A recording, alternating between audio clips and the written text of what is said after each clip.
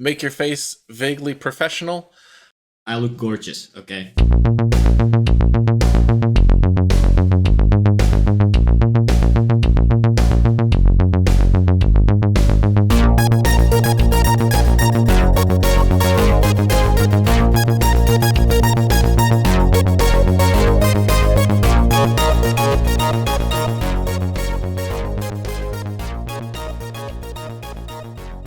Hello and welcome back to another Laboratory Maniacs Deck Tech. As usual, I'm still Dan, and this week I'm joined by someone who looks very, very different from Siggy. This non-bearded fellow over here is Leptys. You may have heard of him. He won the most recent real competitive EDH tournament that the subreddit put on. This is the nice, long, really more of a league than a tournament thing that lasted, like 3 months, I think? Yeah, I think it was about 3 or even 4 months. It was from January to late January to early May, I think. Yikes. Well, Leptys won that, so we've decided to bring him on to talk a little bit about the deck that he did it with. So, without further ado, we are going to show you the deck tech for Gitrog Dredge. So, as the name indicates, this deck uses the Gitrog monster as its commander. Do you want to tell us a little bit about that card? The Gitrog monster is a 5-mana green-black 6/6 frog horror creature with Death Touch, as well as 3 other lines of text. And these lines of text are very important ones, so hear me out on these ones. The first one is, at the beginning of your upkeep, sacrifice Gitrog monster unless you sacrifice a land. By itself, this ability is a downside. And it's a huge downside, actually, but it's fortunately offset by its following lines of text. So the second line is simply, you may play an additional land on each of your turns. So it's, in short, an exploration effect. It's not bad, but eventually when you power out lands, you're gonna run out of cards. But the last line of text is gonna fix that as well, because that says, if one or more land cards are put into your graveyard from anywhere, draw a card. And this is kind of broken because of the word anywhere in there, and allows us to abuse that lands hitting graveyard in a multitude of ways. And as you can see, the first line of text is now, it's not a dirty sacrifice your land kind of clause, it's a Phyrexian arena now. So that's a strict upgrade, at least in my books. Yeah. And it also has some extra, it's subtle, but fetch lands, for example, and all self-sacrificing lands, there are now cantrips. And when you have an exploration and you can power out these two in a turn and draw extra cards for free, it grows really fast. Dredge cards also become free mill engines. They're like mill X and possibly draw a card if you're lucky and mill into a land. And when you mix these with something like Bazaar of Baghdad, then it just breaks the whole thing in half. You just draw 5 cards in a turn, and eventually you're just gonna end up with tons of cards in your hand.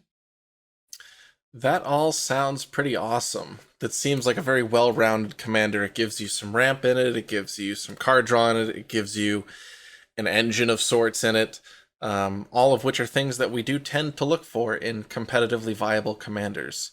So with all that being said, does your deck actively play with the Gitrog monster? Absolutely. It's built around on the last line of text, on drawing cards with lands, and this requires your general, that being the Gitrog monster, being on the field as much as possible, as quickly as possible, and as long as possible until we win the game. And it's a humongous value engine as well as a combo piece. So it does really everything in this deck. That's a good rate. So how do you usually win? So I already said that Gitrog is a combo piece, and it's a 1-card combo with, or like a 2-card combo with this land card with Dredge on it.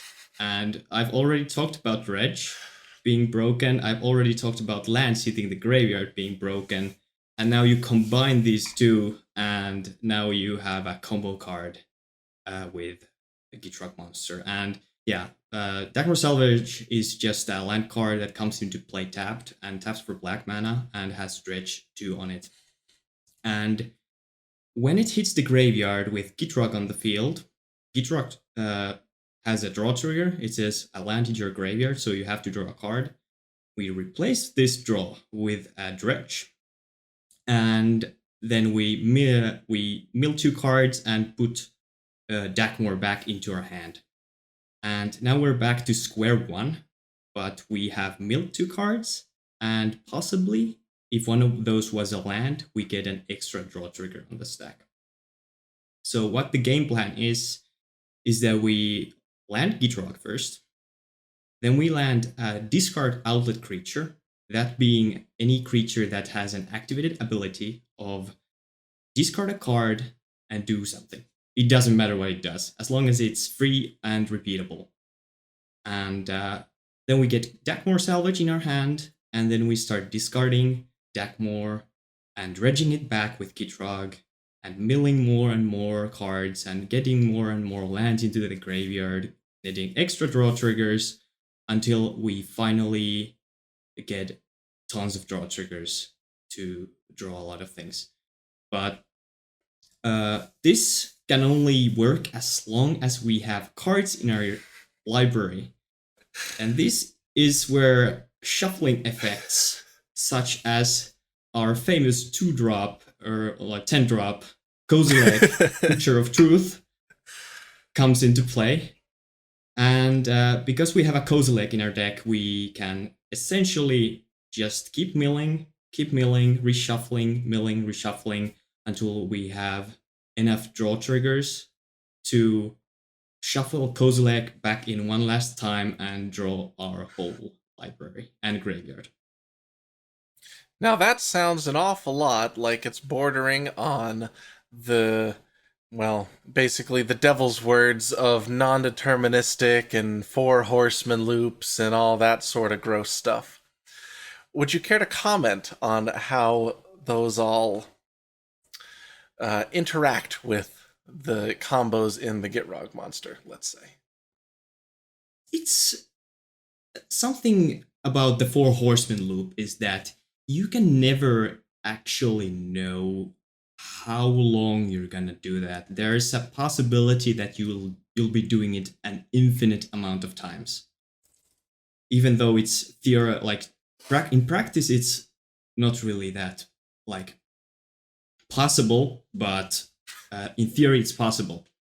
And this uncertainty is what probably made it a very good enforcement reason for a justification for rules enforcement or slow play on tournaments and so on. And it takes a lot of time, so that's the thing. But with Gitrog, you can almost always determine the maximum amount of loops that you're gonna be going through.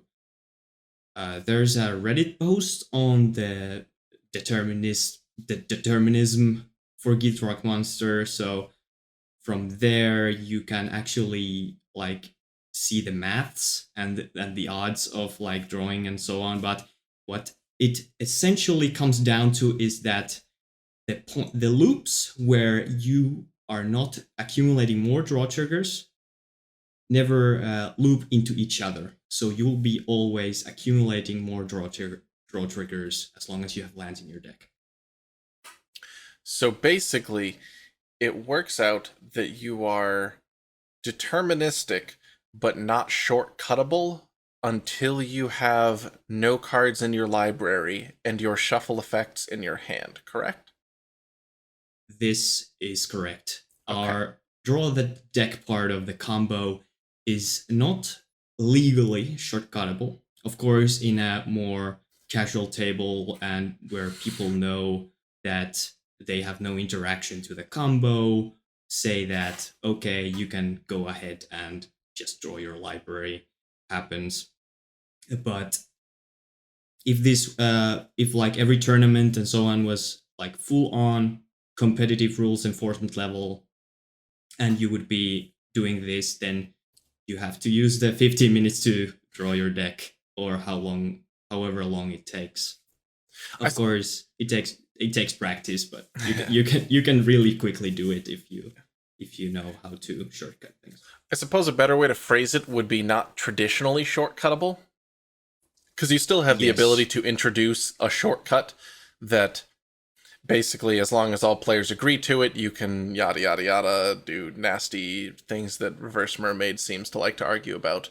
But it is not shortcuttable in the sense that you can skip certain amounts of loop iterations, because it is not something that you can guaranteed predict the maximum amount of iterations that you will have to produce these loops for to get to a specific and known end state.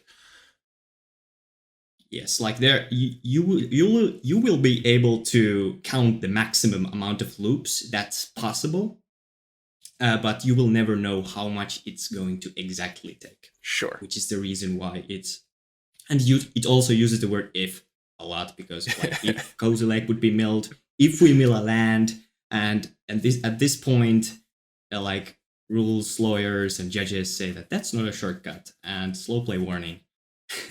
Yeah. And so on. All right, so to sum up that bit, drawing your deck is deterministic, but not traditionally shortcuttable. Any steps after you have drawn your deck are both deterministic and shortcuttable. So, would you like to talk about some of those post-draw your deck loops? How you get from an end state where you are prepared to win to actually winning? All right, so up to this point, it has been mostly these Dacmor loops have been something that originated from the cEDH user and MTG Salvation user Razliox, who brewed the deck originally, and as well as a couple of other cEDH subreddit users that helped brewing with the deck.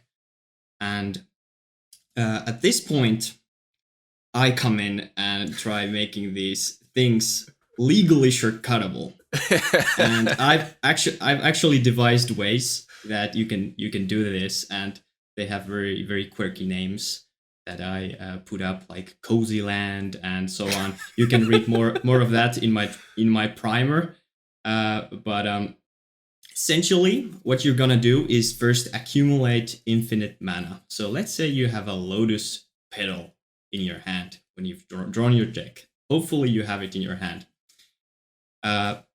You play that, and then you discard a land card to your empty graveyard and discard Kozilek in response to the draw trigger, so you don't deck yourself out. And at this point, Kozilek shuffles in with the land, and now you've reached what I call the cozy land state. So at this point, the Dacmor loop has become legally shortcuttable, because now you're gonna discard and dredge Dacmor, and you're gonna mill 2 cards, and you know 100% of the time which cards those are gonna be: a Kozilek and a land card. And this is very very important to make it like shortcuttable, because now you know what those cards are. There's no ifs, and because you control both of the shuffle effect and the draw trigger that you get from Kozilek and the land card respectively, you can arrange those as you like. So basically you've removed all conditional factors from the loop. And At this point, you had one draw trigger on the stack. Now you're gonna dredge and shuffle the Kozilek a couple more times, and the land with the Dakmor loop to get a total of 3 draw triggers on the stack. And before the last Kozilek shuffle, you sacrifice the Lotus Petal and shuffle it in with the Kozilek, the land, and now you have a 3-card library and 3 draw triggers on the stack. And then you let them resolve and draw your library, a 3-card library once again. And then you repeat this until you get infinite mana of all the colors. You can also do this with a Dark Ritual if you don't have access to Lotus Petal, or you can even use Lion's Eye Diamond, but at that point you have to make a lot more draw triggers. Specifically the amount of your hand +2, I think.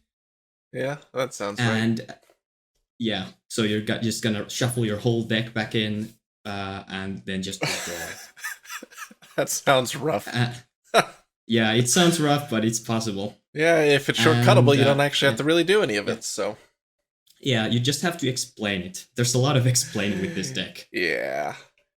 Cool. So you have no deck, and you can get to these states where you have Kozilek and a land, which means you can shortcuttably loop a certain spell, be it Lotus Petal, be it Dark Ritual, or Lion's Eye Diamond. And stacking draw triggers, you can redraw these cards and get yourself back to this empty state, which allows you to produce shortcuttably unbounded mana of any colors. So now you have unbounded mana. What's the next, I'd imagine, 30-step loop to incrementally get closer to being able to win? Next, we're gonna do a looping with a card that actually does something. Oh.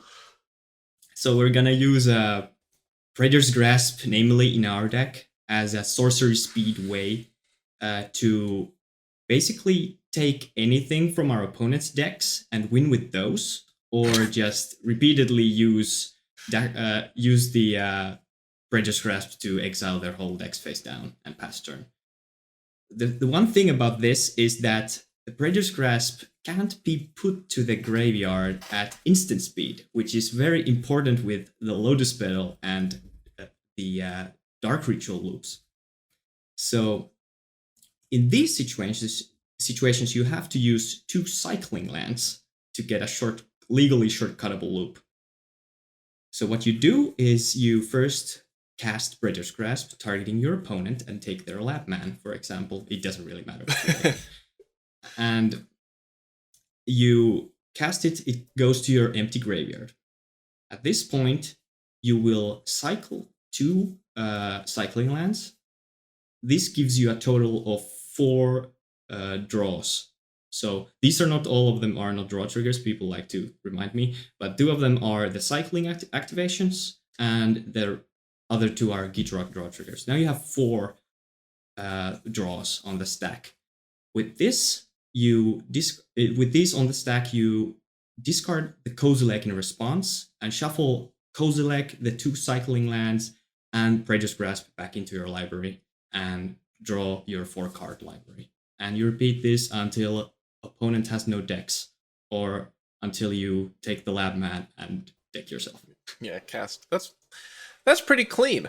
I like that a lot better than those old Wrath's Edge really complicated things. Those always made my brain hurt. You've now explained this in a way that makes sense to me. I was about to get to the Wrath's Edge. I still run it in the deck, and it's one of the ways to win at instant speed. So when you want to win at instant speed, you can't really use Predator's Grasp to win the game, because it's a sorcery, unless you have Predator's Grasp at Quicken or something, but even then it's gonna be used only for 1 time. So in these situations, you first have to accumulate infinite black, let's say with the Dark Ritual loop, but because the only way with the Lotus Petal you have to use the Sorcerer Speed loop to get infinite green with Lotus Petal. So in these situations, we get infinite green by exiling Elvish Spirit Guide from our hand, then discarding a Rift Sweeper, necromancing it back to the field, and then shuffling using the ETB, targeting the Elvish Spirit Guide to put it back to our deck, in which situation we can just draw it back with the Dagmar loop, then sacrifice the Rift Sweeper and the Necromancy with Culling the Weak, and then just loop it, and it filters all the black mana that we have to infinite green mana. And after that, once more, there's gonna be more loops. We use Crop Rotation to crop rotate into Wrath's Edge, and then we're gonna use Necromancy to put a Dryad Arbor on the field, tap Wrath's Edge, which is, by the way, a land card with taps for 1 colorless and has an activated ability, 4 generic, and tap and sacrifice a land. It deals 1 damage to target creature or player. So you use this to deal 1 damage to target opponent. You sacrifice the Dryad Arbor that you resurrected with the Necromancy, and then you use Crop Rotation to untap the Wrath's Edge. So you sacrifice it to Crop Rotation, and then you shuffle it in with the Cozy Leg, and then you search it when the Crop Rotation resolves, and then you've untapped your Wrath's Edge. So the deck runs that as well, but if you don't want to go through all that stuff, you can also play Ebony Charm, as well as there's the option of Geth's Verdict, that are black instants that deal 1 damage to or make target opponent lose 1 life. So there's the option of doing that too, and they're not the worst cards to include in the deck. I just personally like doing more complex loops and using less dead cards. So that's just me, but you can use whichever outlet you like. So we basically have both instant speed and sorcery speed loops, which produce unbounded mana of both of the colors in your deck. The sorcery speed one allows you to produce colors outside of your deck. The one that is instant speed, I believe that would only work for just the black and the green, correct? Yes. Unless you Praetor's Grasp somebody's Simian Spirit Guide, but I don't know what red actually gets you. Actually, that doesn't even work, because then it has to go and... Yeah, never mind. Yeah, that's still sorcery speed. You can't use the Praetor's Grasp, but it's pretty silly that you can also use the Rift Sweeper to target exiled cards in your opponent's exile zones. So if opponent has a Lapman in exile, you can actually Rift Sweeper it back and then Praetor's Grasp it. Yourself. Oh, that's good. Yes, yeah. So you can like do some pretty stupid stuff with that Rift Sweeper. And so basically, we have both instant and sorcery speed ways of producing unbounded mana and then winning from that, either by looping Praetor's Grasp to exile decks or to take something that you can win with, like a Lab Maniac or an Aetherflux Reservoir or something. And we have instant speed ways of looping using either a Wrath's Edge or potential things like an Ebony Charm or a Geth's Verdict that are these recursion loop outlets, basically. So those are your primary ways of winning. Do you have outs if things aren't going your way? Say if your Dakmor Salvage gets Praetor's Grasped by somebody else. Oh boy, here we go. I've been waiting for this question. We still use Praetor's Grasp to steal win cons from our deck, and I've devised a very spicy loop for this as well. It's not really a loop, but you can non-infinitely kind of storm out with lands with Scourge Familiar, Gitrog Monster, Life from the Loam, as well as several green mana, and access to several green mana. So let's say you have a Priest of Titania or get a Gaia's Cradle on the field. And what you do is you loam for a couple of lands in your graveyard, and you discard these to Scourge Familiar to get black mana to your pool and to draw cards. So you use one of the lands to always dredge the loam back, so you can reuse it with your green mana. But what you're gonna do is basically just keep loaming more lands and lands into your hand, and you will be discarding these until you draw more lands. You discard these, and you draw more lands. Then you eventually draw into non-lands, and at that point you probably have a ton of black mana in your pool because of Scourge Familiar. And when you get to the non-lands, you can often get into tutors, which get you a crop rotation that you can use it to get a Gaia's Cradle on the field if you don't already have it, or you can use it to sacrifice Gaia's Cradle to put it back to your library, and then you can search for it again to get more green mana for the loam. And it slowly gives you more and more lands and non-lands and mana until you can get a Praetor's Grasp, steal a Lab Maniac, and deck yourself with a Dredge card. So you have the backup yeah. manual Lab Maniac kill in black-green. As long as somebody has a Lab Maniac. If they don't have it, then you can also use the Reservoir, as you said. You just keep looping a Dark Blast infinitely with your, or non-infinitely, but like a bunch of Dark Blasts. Probably enough. Yeah, probably enough. I've done it several times, just targeting my own Gitrog monster with a Dark Blast, and it has won me a couple of games. So nice.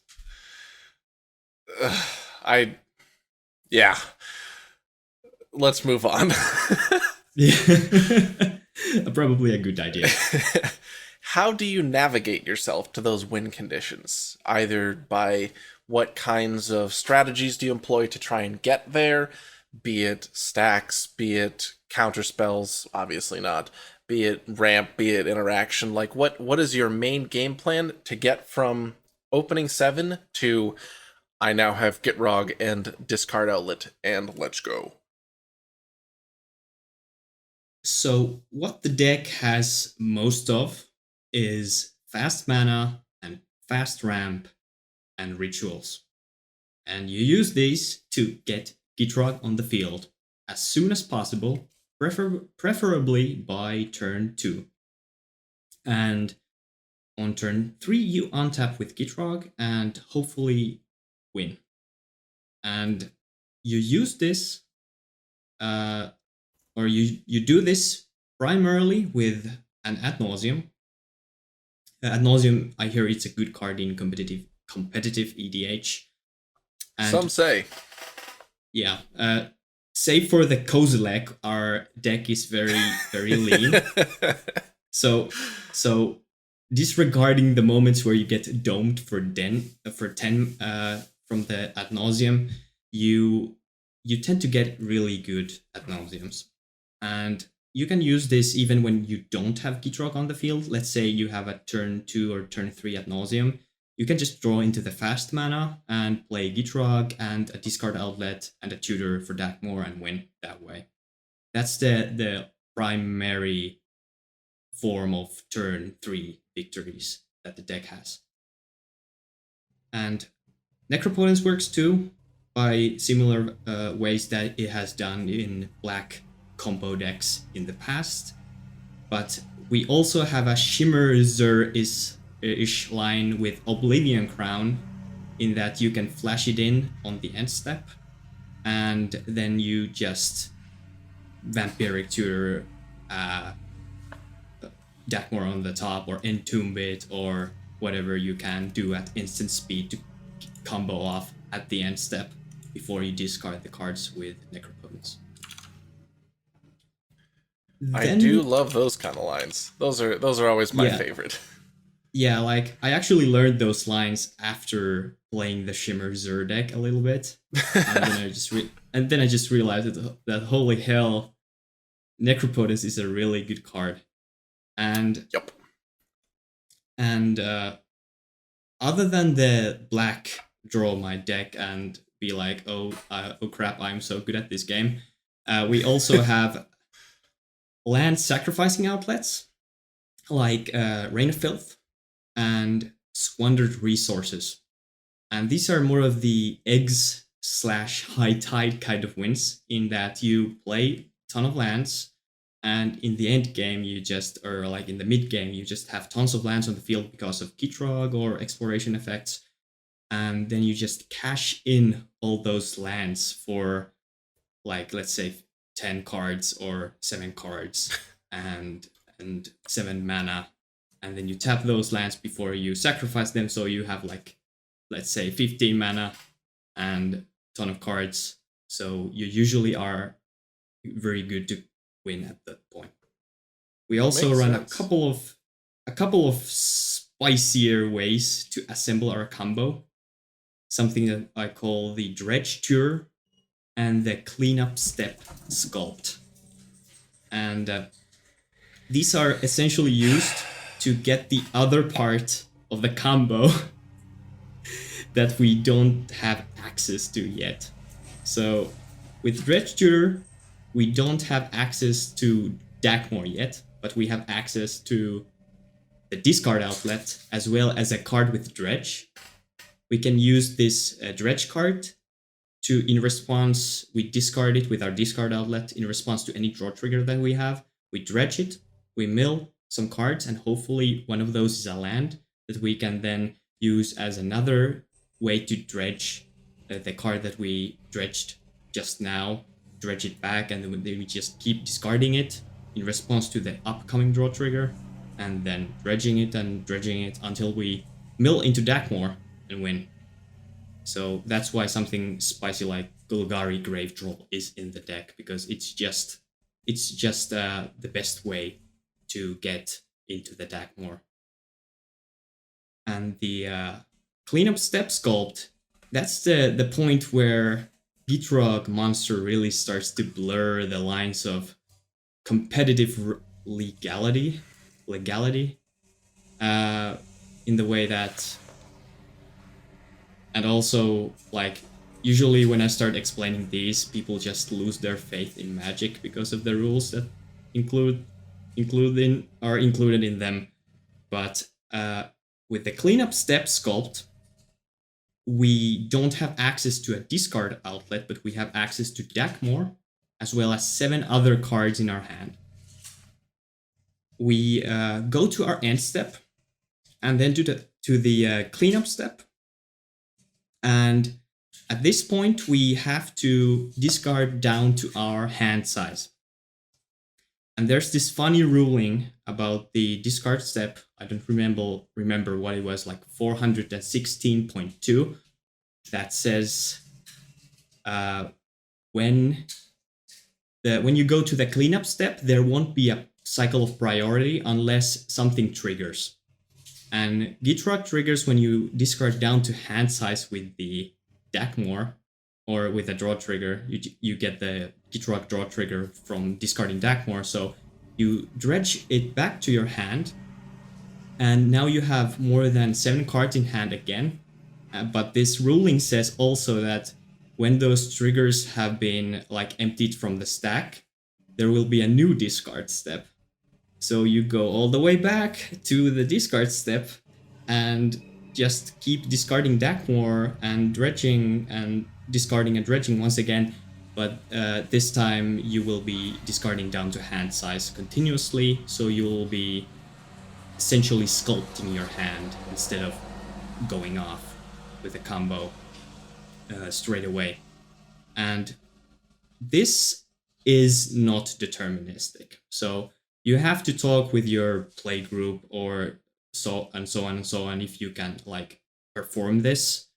But like so far it has been good with everyone that I've played it with. So I've been lucky in that front, so that I don't have to keep discarding and dredging for 100 years and hoping that I can get to the win cards. But at this point, you hope to get into Oblivion Crown or Necromancy, and then you just flash those in, like in the Necromancy or the Necropotence loop or the Necropotence way of winning.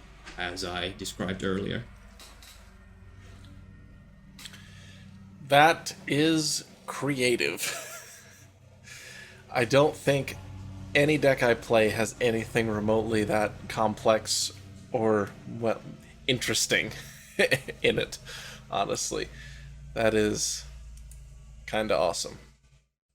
Yeah, it's awesome the first 2 times, and afterwards you will be hating yourself, probably. Sure, sure. Not really, but like you have to love complexity when you start playing with Gitrog. Like I took it up as a challenge myself, and it has been a rocky road ever since, in a good way and a bad way. So, to give a one-sentence summation to everything you just said, you are a fairly fast and aggressive combo deck with a myriad of ways of getting the parts of your combo together, abusing all forms of magic rulings, and making every judge within 100 miles hate you. Essentially, yes. Nice. Next up, what do you do to protect yourselves from other decks, and how do you interact with opposing strategies? You've gone really in depth about how you get from point A to point I won the game. What do you do when other people are maybe faster or trying to stop you from your stuff?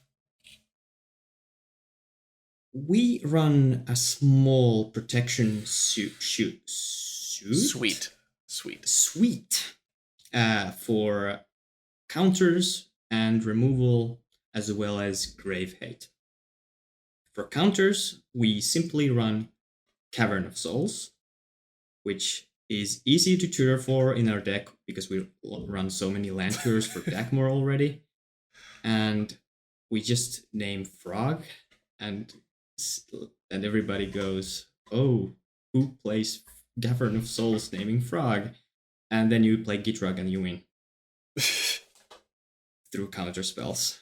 The other way is with like preventing counter spells and stack-based interaction is by Autumn's Veil, which is a green instant with spells you control cannot be countered by blue or black spells this turn, and creatures you control can't be targets of blue or black spells this turn, which is a good segue to our removal protection suite, which has Autumn's Veil as well as a way to protect. But it also runs Sylvan Safekeeper, the deck runs. Sylvan Safekeeper as well, as a way to cash in lands for card draw once again, but it also gives Gitrog or our discard outlets Shroud in case people want to remove them. For Grave Hate, we run a very special card named Gaia's Blessing, which is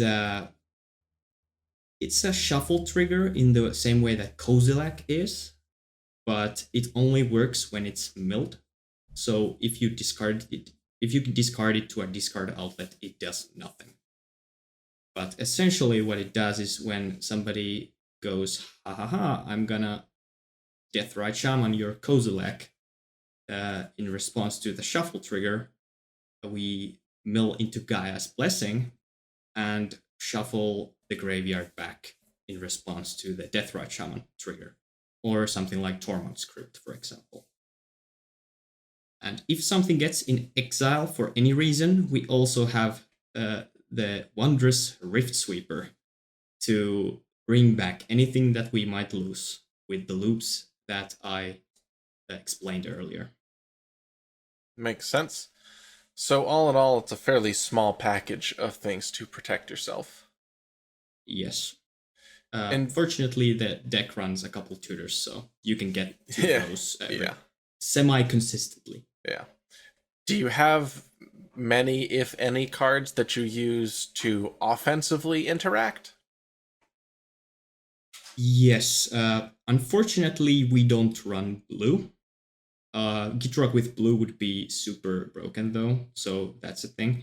But we do run all the removal that we can get our hands on in black and green. The catch-all cards are Abrupt Decay and Beast Within, which get rid of most pieces by themselves. For artifacts and enchantments, we run Nature's Claim, Deglamer, and Seeds of Innocence. And finally, we use Dark Blast and Toxic Deluge as our answer for creatures. So, some pretty general answers, all of which are fairly commonly played, fairly powerful. Not a ton, but again, you're a fairly focused combo deck, so you don't want to be expending too many slots on that, I'd imagine. The deck kind of can run specific hate pieces that don't really hurt yourself as much as others, namely Null Rod. We run the 7 must-have artifacts in a fast combo deck, and that's it. But you can easily switch gears if you are up against a Teferi Stacks deck, for example, who wants to play a lot of expensive artifacts that tap for mana, or let's say CDC Storm that can go into ad nauseum on turn 2 or 3. You can just mull into Null Rod and play it on turn 1, and then you can play the grindy game. And I'd imagine that's where the 6/6 part of Gitrog comes up. Yeah, there is then a you big start frog. with you start with the screaming frog beast that I like to call it. And we also run, in the light of these recent unbannings, we also have often, at least I like to switch them in and out ever so often. We run Leyline of the Void, as well as Very Macabre for Razageth and Hulk decks, because those are a thing, as you might know. Yeah, that Graveyard Hate is in a great spot right now. What does this deck do better than other similar decks? So if we're comparing it to other focused combo decks like Food Chain Tazri, what do you think that the Gitrog monster does better? It's the fact that it's still, even though it's kind of in the archetype way, it's similar, it's still kind of unique as a deck. It uses very specific cards and very specific effects and interactions that are not apparent anywhere else in EDH or like any Magic format for that matter, I think. And this is part of the reason why it's not hit by conventional interaction as much as it would be in some other fast combo deck. It's also like basic stuff. It's a relatively fast deck. We play green ramp, all the fast mana, ad nauseum. We can raise other decks if we like to. We are also, like, as it's very important for a combo deck to be consistent, we are fortunately very consistent with our black and green tutors for lands and creatures. And finally, one more thing, it's able to grind hard with Gitrog and lands. It's very hard to interact with lands. They don't use the stack, and people run land destruction every now and then, but it's still very resilient, and you can often just, like, if the game goes long enough, you can just keep playing lands, and eventually you just force the Gitrog through after 5 casts through command beaconing your Gitrog back to the field after Life from the Loaming it for the 7th time. So you're a fairly fast combo deck that has an incredibly powerful slow game grind using your commander, who is also able to, like, 4-shot people with commander damage. You interact on a partially different axis than a lot of fast combo decks, in that when you're going off, targeted Graveyard Hate is basically useless against you, as far as I've understood. It pretty much has to be static Graveyard Hate. Um, if you're in like a decent position, at least with like a certain amount of cards in hand that are lands and stuff, you can basically just like stack triggers and ignore someone trying to fairy macabre you. Um, all of which lends itself to a quick and resilient deck, basically. Which leads me into the opposite side of things. What weaknesses does your deck have? Oh boy, here we go again. Extraction effects are a thing, especially Breeder's Grasp. It's probably like the Breeder's Grasp count of this this discussion has been pretty high, but it's our pain and our salvation all in one. It helps us win, but it also ruins us if if somebody goes Breeder's Grasp your deck more, and there's not much you can really do about that, and it slows you down considerably, if not like takes you out of the game completely at that point. Creature theft effects also another specific form of hate that can hit us very hard. Fortunately, people don't run as much of that, but Kill the Drake is a card that basically ruins our day, and we run like I think 3 ways to kill our frog on the opposite side of the table, like Beast Within and Toxic Deluge, and is there even a third card? Maybe Guess Verdict. Yeah, strip mining their lands and hoping that he has to sacrifice it to the upkeep trigger, something like that. Yeah, that's not great. Yeah, that's not great. Gilded Drake Rexus.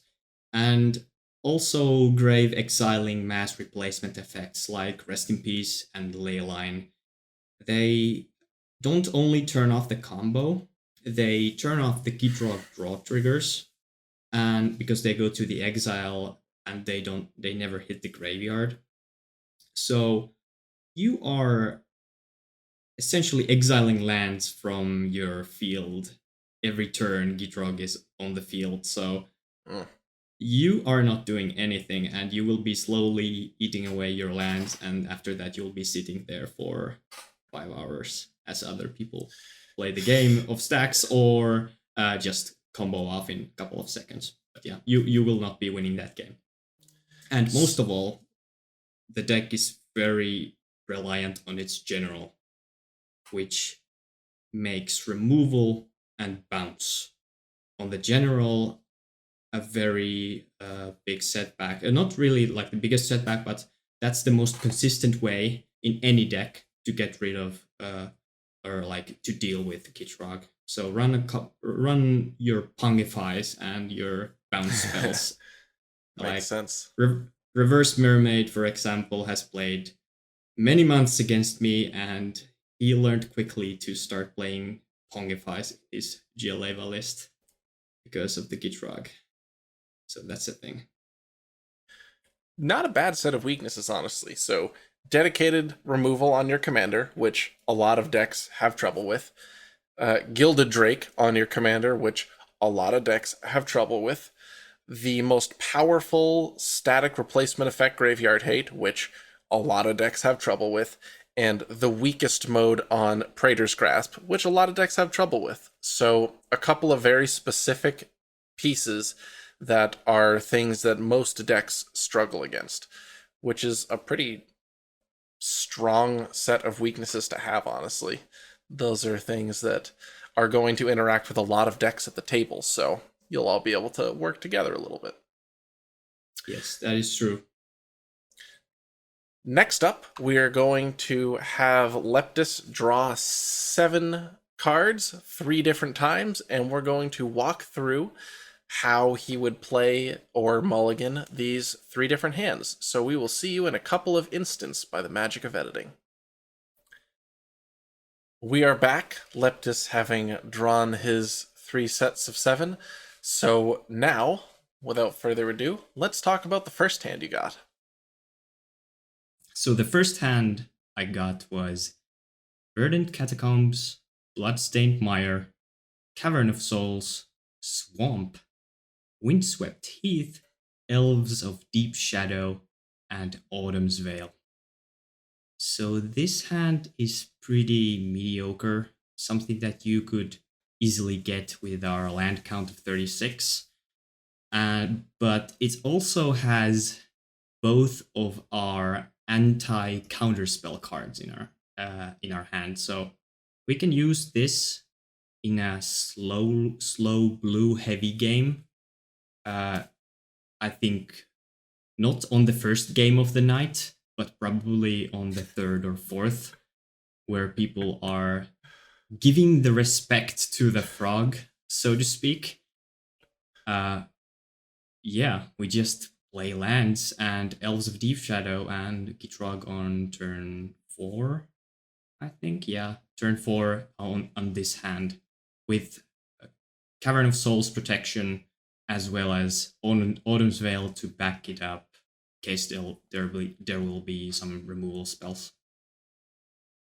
The second hand was Mana Vault, Phyrexian Tower, Llanowar Elves, Swamp, Deathrite Shaman, Elvish Spirit Guide, as well as Sylvan Library.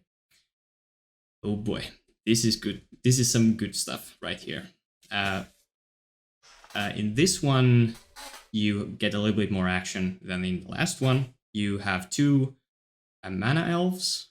You also have a Mana Vault and a Sylvan Library. So I think that's a in this situation, I would probably either play the Deathrite Shaman or I have to play the Deathrite Shaman first from the Swamp, and the other way would be to play Sylvan Library first. But in the early game turns, mana usually is the bigger question than cards in hand, so I would first play Deathrite Shaman with the Swamp, as well as probably Llanowar Elves from the Elvish Spirit Guide, just to get some mana on the field. Then on turn 2, play Phyrexian Tower and Mana Vault and Sylvan Library, or even just Mana Vault into Gitrog.